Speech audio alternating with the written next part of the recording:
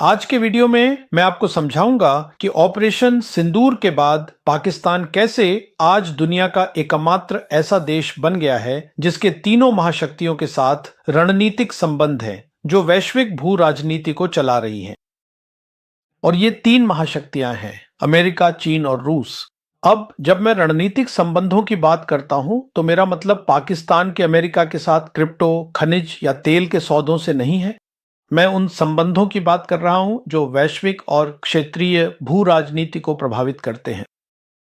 तो मैं आपको समझाऊंगा कि आज पाकिस्तान के अमेरिका के साथ रणनीतिक संबंध कैसे हैं और उसके रूस के साथ रणनीतिक संबंध कैसे हैं।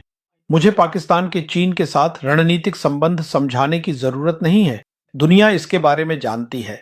और अंत में मैं यह भी बताऊंगा कि तीनों महाशक्तियों के साथ रणनीतिक संबंध होने की इस असाधारण स्थिति में रहने के बदले में पाकिस्तान को क्या मिलता है।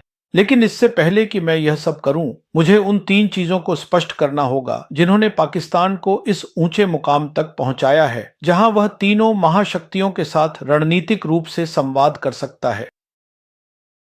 तो ये तीन चीजें हैं पाकिस्तान की भौगोलिक स्थिति। दूसरी है ऑपरेशन सिंदूर, जिसमें दुनिया ने और खासकर अमेरिका ने देखा कि पाकिस्तान ने अपनी पारंपरिक युद्ध क्षमता को कितनी मजबूती से साबित किया, जिसमें पाकिस्तान एयरफोर्स की केंद्रीय भूमिका रही। और तीसरी है पाकिस्तान के समय की कसौटी पर खरी उतरी मजबूत चीन के साथ संबंध जो वैश्विक भू राजनीति के उतार चढ़ाव के बावजूद अडिग रहे हैं। अब ये सब कहने के बाद मैं पाकिस्तान के ट्रंप प्रशासन के साथ रणनीतिक संबंधों के बारे में बात करना चाहता हूं। अब राष्ट्रपति ट्रंप ने हाल ही में कहा, मैं उन्हीं लोगों के साथ व्यापार करता हूं जो मुझे पसंद हैं। निश्चित रूप से ट्रंप को पाकिस्तान की राजनीतिक और सैन्य नेतृत्व पसंद है, क्योंकि उन्होंने दो ऐसे काम किए हैं जो ट्रंप को बहुत पसंद आए हैं। पहली बात यह है कि सार्वजनिक रूप से पाकिस्तान के नेतृत्व ने कहा है कि पाकिस्तान वायुसेना ने भारतीय वायुसेना के 7 जेट लड़ाकू विमान मार गिराए और भारतीय पक्ष से कोई खंडन नहीं आया, जिससे यह संकेत मिलता है कि 4 दिन की लड़ाई ऑपरेशन सिंदूर एक तीव्र युद्ध था। और फिर पाकिस्तान ने भारत और पाकिस्तान के बीच युद्ध विराम का श्रेय राष्ट्रपति ट्रंप को दिया है। अब जब आप राष्ट्रपति ट्रंप के नजरिए से चीजों को देखते हैं तो भारत और पाकिस्तान दो परमाणु हथियार संपन्न देशों के बीच एक तीव्र युद्ध हुआ था और वे वहां युद्ध विराम लाने में सफल रहे। अब जहां तक ट्रंप का सवाल है, उनकी दूसरी अवधि में जितनी भी प्राथमिकताएं हैं उनमें सबसे ऊपर यह है कि वे खुद को शांतिकाल के राष्ट्रपति के रूप में देखना चाहते हैं। इसी वजह से उन्होंने कम से कम 35 बार और हाल ही में संयुक्त राष्ट्र में अपने भाषण में एक बार फिर 7 युद्धों को समाप्त करने की बात की।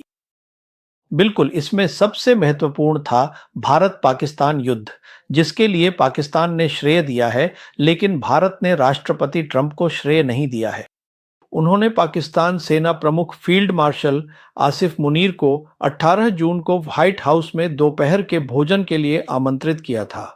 उनमें से एक बात जो उन्होंने मुनीर के साथ चर्चा की होगी वह है पाकिस्तान सेना की विस्तारित भूमिका, उसकी पारंपरिक क्षमताएं मध्य पूर्व में, ताकि मध्य पूर्व को स्थिर किया जा सके। यही वह चीज है, यही ट्रंप चाहते हैं। अब इस बात के प्रमाण हैं कि जो आकलन मैंने दिया था वह सच साबित हुआ है, लेकिन इससे पहले कि मैं वह प्रमाण दूं और उसके बारे में बात करूं, दो और मुद्दे हैं जिनका अपडेट देना जरूरी है। मुझे वह करने दीजिए। हम जानते हैं कि पाकिस्तान और सऊदी अरब ने 17 सितंबर को यह महत्वपूर्ण रणनीतिक आपसी रक्षा समझौता किया है। अब जो हमें पता चला है वह यह है कि चीन, सऊदी अरब और पाकिस्तान पहली बार अपने संयुक्त अभ्यास वॉरियर 9 में भाग लेंगे, जिसका अर्थ है कि चीन पूरी तरह से सहमत है। चीन उतना ही खुश है जितना ट्रंप खुश है। पाकिस्तान सेना की मध्य पूर्व में विस्तारित सैन्य भूमिका पारंपरिक सैन्य भूमिका के साथ। और दूसरी जानकारी यह है कि जैसा कि मैंने अपनी पिछली वीडियो में कहा था, सऊदी अरब ने पाकिस्तान के साथ समझौता करने के बाद ईरान को सूचित किया था और ईरान इस समझौते से खुश था। अब 24 सितंबर को संयुक्त राष्ट्र में ईरान के राष्ट्रपति ने यह महत्वपूर्ण बात कही। उन्होंने कहा कि ईरान पश्चिम एशिया के मुसलमानों के सहयोग से राजनीतिक, सुरक्षा और रक्षा क्षेत्रों में एक व्यापक क्षेत्रीय सुरक्षा प्रणाली बनाने की दिशा में देख रहा है। इसमें पाकिस्तान की सेना की विस्तारित भूमिका निहित है। अब इस पृष्ठभूमि के साथ मैं ट्रंप और पाकिस्तान के बीच रणनीतिक संबंधों पर आता हूं। अब 23 सितंबर को ट्रंप ने संयुक्त राष्ट्र के सत्र के दौरान 8 इस्लामी और अरब देशों के साथ एक बहुत ही महत्वपूर्ण बैठक की, जिसे ट्रंप ने अपनी 23 बैठकों में सबसे महत्वपूर्ण बताया।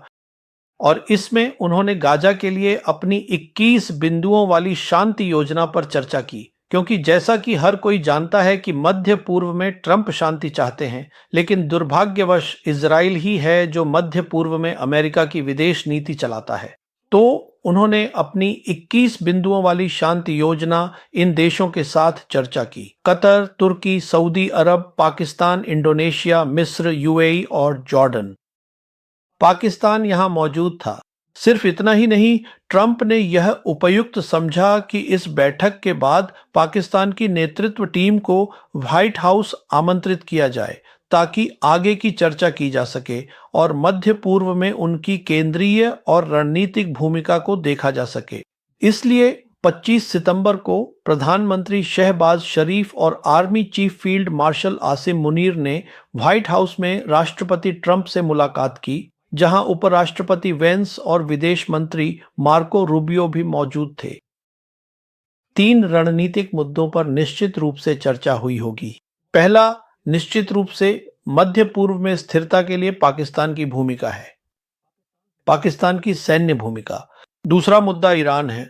जैसा कि मैंने अपनी पिछली कई वीडियो में कहा है, पाकिस्तान से बेहतर ईरान को कोई नहीं समझता, और ईरान ही है जो ट्रंप को परेशान और चिंतित करता है।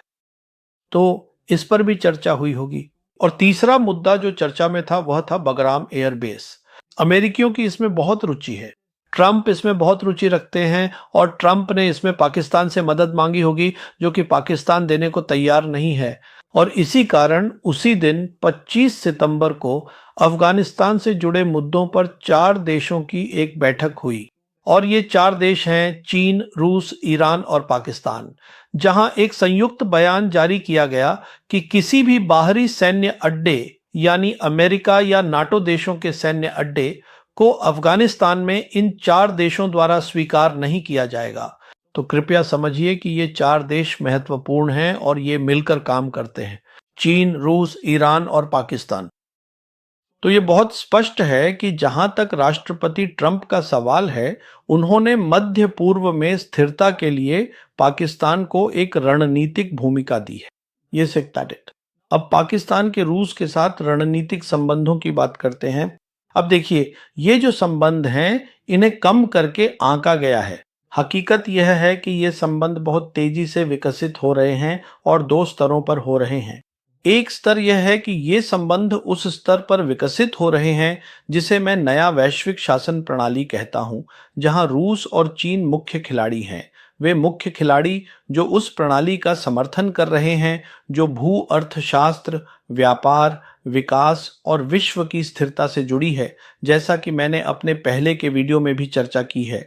तो ये दोनों देश मिलकर काम कर रहे हैं, और वे किस तरह मिलकर काम कर रहे हैं, इसका उदाहरण यह है कि जब राष्ट्रपति शी जिनपिंग नवंबर 2012 में पदभार संभाले, तो उनकी पहली विदेश यात्रा मास्को थी, और यह मार्च 2013 में हुई, जहां उन्होंने राष्ट्रपति पुतिन से मुलाकात की, और साथ ही उन्होंने Moscow state institute of international relations में एक भाषण भी दिया, जहां पहली बार राष्ट्रपति शी जिनपिंग ने अंतर्राष्ट्रीय संबंधों के नए प्रकार के बारे में बात की। यही वह अंतर्राष्ट्रीय संबंधों का नया प्रकार है जिसके बारे में उन्होंने तब बात की थी, जो अब पूरी तरह विकसित हो चुका है। इसमें सारी ईंटें अपनी जगह पर हैं, सारी चीजें व्यवस्थित हो चुकी हैं। यह उसी नए वैश्विक शासन प्रणाली में विकसित हो गया है जिसके बारे में मैं बात कर रहा हूं। और इस पर अंतिम बात जो कही गई थी वह थी ग्लोबल गवर्नेंस इनिशिएटिव, जिसे राष्ट्रपति शी जिनपिंग ने चीन में एससीओ शिखर सम्मेलन में 1 सितंबर को प्रस्तुत किया था। तो बात यह है कि ये दोनों देश मिलकर काम कर रहे हैं। इन दोनों महाशक्तियों की दृष्टि एक जैसी है और इसलिए अगर पाकिस्तान के चीन के साथ बहुत करीबी रणनीतिक और समय की कसौटी पर खरे संबंध हैं, तो वह वैश्विक दक्षिण का हिस्सा होने के नाते मॉस्को के साथ भी करीबी संबंध रखेगा।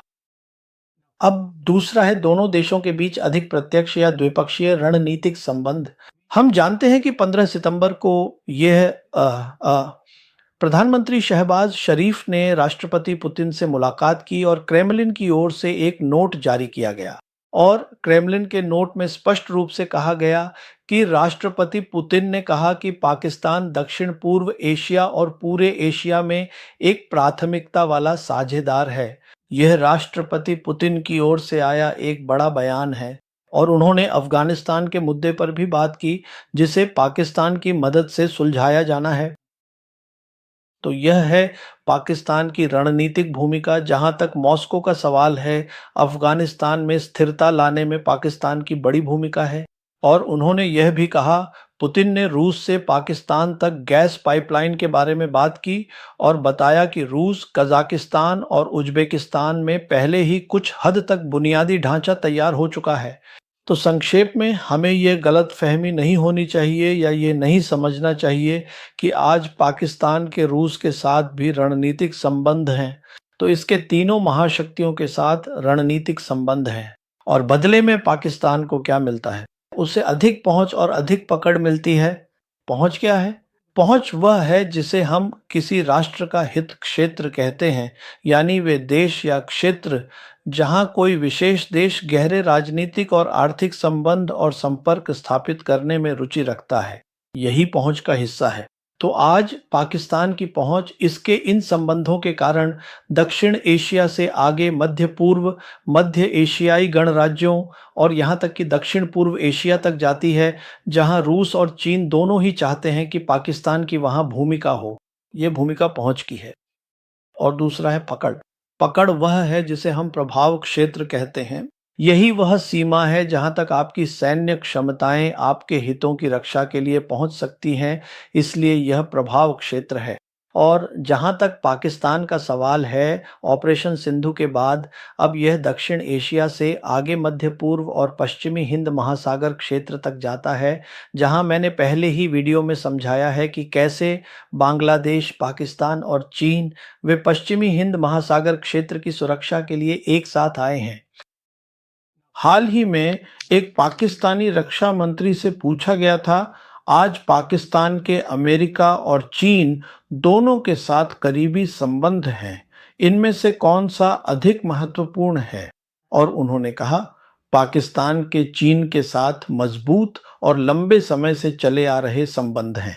बात यह है कि आज पाकिस्तान के केवल चीन के साथ ही नहीं, बल्कि उसने भू राजनीति के सही पक्ष पर खड़े होने का सही कदम उठाया है, क्योंकि आज उसके नए वैश्विक शासन प्रणाली के साथ भी संबंध है, जिसे मैंने कहा है कि चीन और रूस समर्थन करते हैं। और जब हम इसे समझते हैं तो दो बातें बहुत स्पष्ट हो जाती हैं। पहली बात जो बहुत स्पष्ट हो जाती है वह ये है कि जब हम इस प्रणाली को देखते हैं, उस नई प्रणाली की बात कर रहा हूं, तो यह साझेदारी के बारे में है। इस प्रणाली में पूरी सोच यह है कि सभी देशों को पूरी आज़ादी है कि वे किसके साथ अपने संबंध बनाना चाहते हैं, बशर्ते वे इस नई वैश्विक शासन प्रणाली की सोच के साथ मेल खाते हों। तो इसी संदर्भ में चीन और रूस को पाकिस्तान की अमेरिका के साथ रणनीतिक भूमिका से कोई समस्या नहीं है। और दूसरी बात यह है कि जहां तक अमेरिका का सवाल है, अमेरिका की विदेश नीति हर 4 साल में बदल जाती है, जबकि रूस या चीन में ऐसा नहीं है, वहां एक संस्थागत सोच होती है। तो बात यह है कि आज पाकिस्तान एक अच्छी स्थिति में है। उसने उसने पहले ही सही विकल्प चुना था कि वह सही भू राजनीतिक प्रणाली के साथ जुड़ा रहे। बहुत बहुत धन्यवाद।